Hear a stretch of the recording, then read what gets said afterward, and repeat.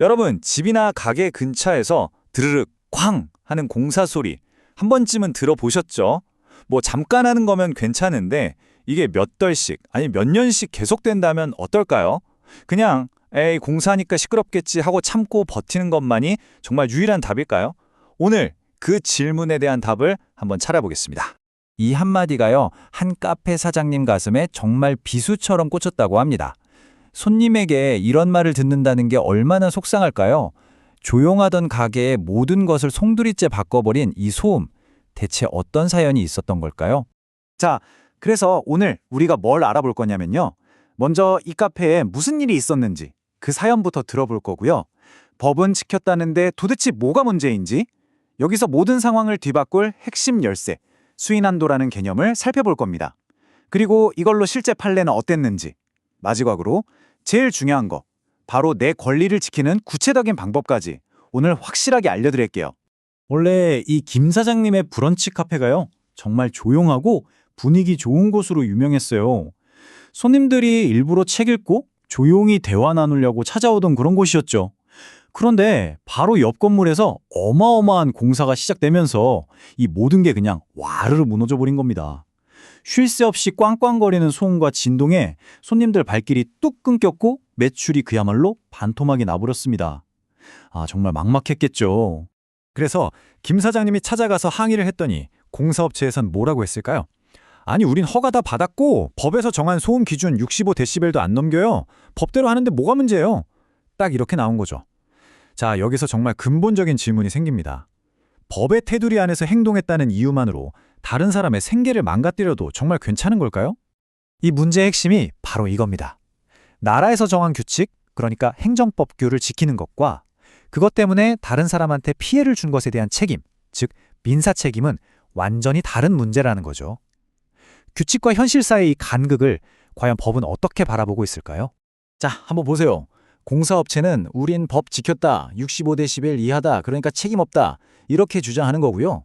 반면에 카페 사장님은 아니 기준치가 무슨 소용이냐, 내 가게 매출이 반토막 났다, 이건 배상해야 한다, 이렇게 맞서는 거죠. 입장이 완전 평행선을 달리는 겁니다.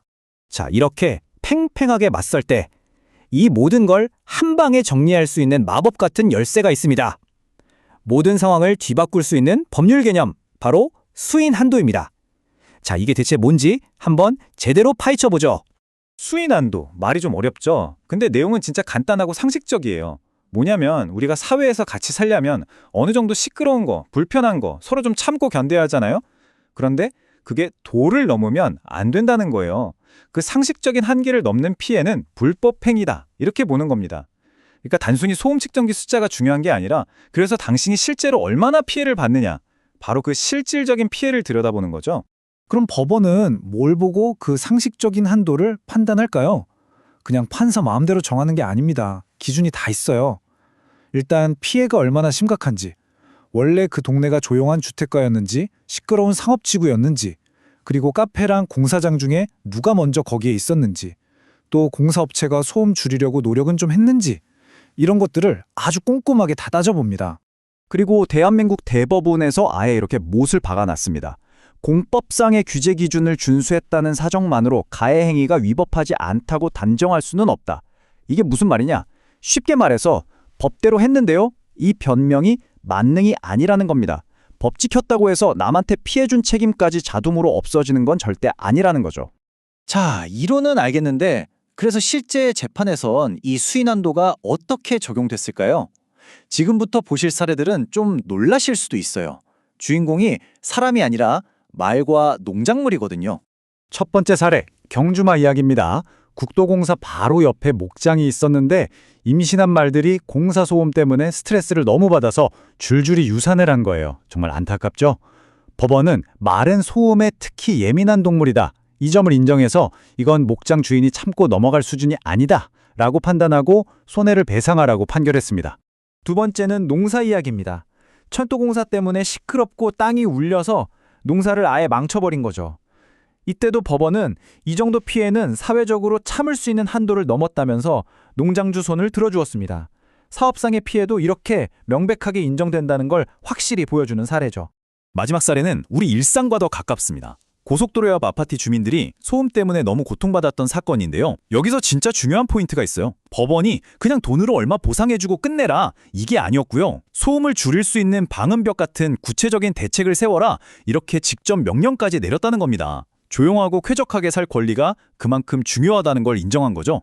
자, 지금까지 법이 어떻고 판례가 어떤지 쭉 살펴봤습니다. 이제부터가 진짜 실전이죠. 만약에 내가 저 카페 사장님과 같은 상황에 처하면 도대체 뭘 어떻게 해야 할까요? 그냥 한숨만 쉬고 있을 게 아니라 아주 체계적으로 준비하고 대응하는 방법을 지금부터 알려드리겠습니다. 자, 딱 4단계만 기억하시면 됩니다. 첫째, 증거 수집. 둘째, 내용 증명 발송. 셋째, 분쟁 조정 위원회 활용. 그리고 마지막으로 손해배상 청구. 이 순서대로 차근차근 진행하는 겁니다. 이 4단계 중에서 뭐가 제일 중요할까요? 두말할 필요도 없이 1단계 증거 수집입니다. 모든 건 증거에서 시작돼요. 하다못해 스마트폰 앱으로라도 매일 똑같은 시간에 소음을 재고 시끄러운 상황을 동영상으로 꼭 찍어두세요. 가게 하시는 분들은 공사 시작 전이랑 후 매출 떨어진 거 보여주는 객관적인 자료 있죠? 그거 정말 결정적입니다. 너무 스트레스 받아서 병원 다니셨으면 그 진단서도 꼭 챙겨두시고요. 이게 다 나중에 내 권리를 지켜줄 강력한 무기가 되는 거예요. 자, 오늘 우리는 공사 소음이라는 아주 흔한 문제를 가지고 수인한도라는 법의 지혜를 한번 들여다봤습니다. 물론 공공의 이익도 중요하고 다른 사람의 권리도 존중해야죠. 하지만 그렇다고 해서 내 평범한 일상이나 내 생계가 상식 밖의 수준으로 망가지는 걸 참아야 하는 건 아닙니다. 오늘 이 이야기를 통해서 여러분 각자가 생각하는 내가 참을 수 있는 한계는 어디까지인지, 그리고 그 선이 무너졌을 때 내 권리를 어떻게 지킬 수 있을지 한 번쯤 진지하게 생각해 보시는 계기가 되었으면 좋겠습니다.